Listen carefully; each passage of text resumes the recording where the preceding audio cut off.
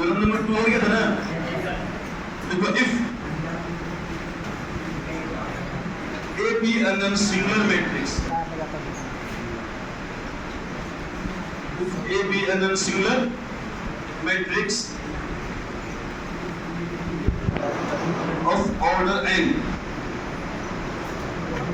then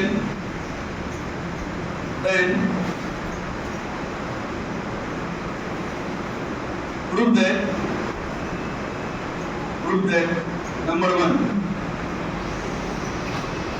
A into adjoint A, a determinant is equal to determinant A per power n, determinant A per power n. Number 2, adjoint of A का determinant is equal to determinant A per power n minus adjoint A के साथ जो A गुना हो जाएगा उसका ये formula होगा determinant A per power n, और खाली adjoint A रहेगा determinant A per power n minus 1. इसको हम लोग प्रूव करते हैं। फिर से बोलो ऑर्डर कितने हैं हम लोग? तो ऑर्डर अगर n है determinant A per power n हो गया या determinant A per power n minus 1 होगा। अगर ऑर्डर 10 होता, ऑर्डर 10 का मतलब 10 by 10, बताओ यहाँ पे determinant A per power कितना होता और यहाँ determinant A per power 10 minus 1 तो 9 होता है। अब चलो और देखते हैं प्रूफ। We know that किसी भी स्क्वायर मैट्रिक्स के लिए हम ये बात जानते हैं कि तो यहाँ A नॉन सिंगुलर मैट्रिक्स है ना, नॉन सिंगुलर या सिंगुलर जो भी होता है वो कोई स्क्वायर मैट्रिक्स होता है। तो अगर A नॉन सिंगुलर है इसका मतलब A स्क्वायर मैट्रिक्स है, और किसी भी स्क्वायर मैट्रिक्स के लिए हम ये बात जानते हैं कि A को एडजॉइंट A से गुणा करो बराबर क्या होता है बोलो डिटरमिनेंट A into I। अब ये बताओ कि A कितना ऑर्डर का स्क्वायर मैट्रिक्स था बोलो n का।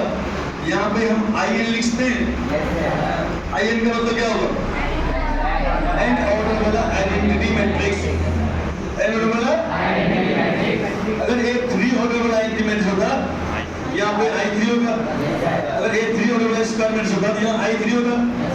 जितना ऑर्डर वाला A रहेगा उतना ऑर्डर वाला ये फॉर्मूला हम बताया पहले, हमने बताया था किसी भी स्क्वायर मैट्रिक्स A के लिए, किसी भी स्क्वायर मैट्रिक्स के लिए कोई भी ऑर्डर वाला हो A into adjoint A बराबर होता है डिटरमिनेंट A into I, और I उस ऑर्डर का आइडेंटिटी मैट्रिक्स होता है जिस ऑर्डर में A होता है।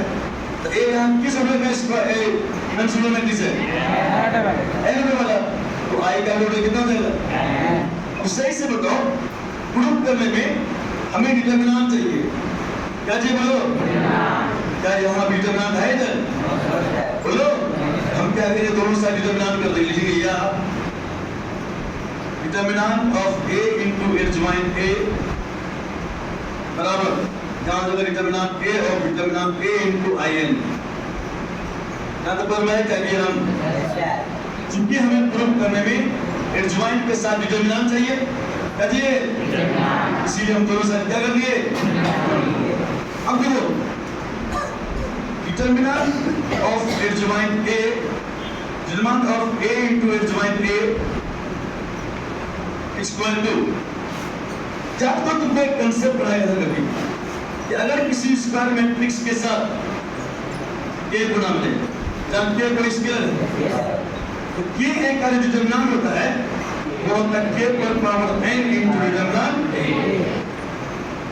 या K क्या बोलो, जब हम स्केलर को डिटरमिनेंट से बदल करेंगे तो जिस ऑर्डर का स्क्वायर मैट्रिक्स रहेगा K पर उतना पावर आ जाएगा। देखो यहाँ I क्या है, मैट्रिक्स I क्या है, I क्या है, ऐसा मैट्रिक्स है। डिटरमिनेंट A क्या है, डिटरमिनेंट A मैट्रिक्स होता है, डिटरमिनेंट A स्क्वायर मैट्रिक्स होता है, डिटरमिनेंट A एक नंबर होता है, क्या होता है, जो नंबर होता है वो पॉइंट पे स्केल लगाता है, नंबर क्या रहता है, मैट्रिक्स तो वो होता है जो एक अरेंजमेंट को रिप्रेजेंट करता है, सजावट को रिप्रेजेंट करता है।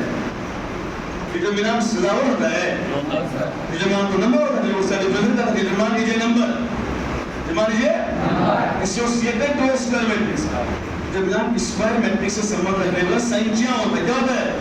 जबकि matrix is an array, rectangular array, कि मैट्रिक्स एक सारणी होता है, एक सजावट होता है। क्या मैट्रिक्स से संबंध निश्चित होता है? पिछले कई क्लास समय बाद समझा रहे हैं। बाबू जो डिटरमिनेंट है वो संख्या होता है। क्या होता है? जो मैट्रिक्स होता है वो एक अरेंजमेंट, सजावट होता है। दोनों में जमीन आसमान का फर्क है। तो दोनों क्या समझ रहे हैं अभी भी? बताओ फिर से, आई क्या है? Anti matrix. डिटरमिनेंट एक है, स्केलर है। क्या है? याद करो, जब डिटरमिनेंट के बाहर हम स्केलर को बोलते हैं, याद करो, जिस ऑर्डर का आई होता है, स्क्वायर मैट्रिक्स होता है, इस पे इतना पावर आता है। वो आई मतलब मैट्रिक्स, इन मैट्रिक्स है, किस ऑर्डर का मैट्रिक्स है? तो डिटरमिनेंट एक को बाहर करेंगे, इस पर पावर n हो जाएगा। फिर इनटू जो मैट्रिक्स है उसका डिटरमिनेंट होता है, या मैट्रिक्स कौन है? आई, या आई का डिटरमिनेंट बच्चे। अब वो आई तो आई मैट्रिक्स है, आई मैट्रिक्स डिटरमिनेंट कितना होता है? बोलो, 1 गुना डिटरमिनेंट a पर पावर n हो जाएगा। डिटरमिनेंट a पर पावर 2, पहला वाला प्रूफ हो गया। a into h joint a का डिटरमिनेंट पावर, क्या पहला वाला प्रूफ हुआ? उसको आगे ले चलते हैं लोग। अब याद करो, तुमको पढ़ाया गया था कि अगर a और b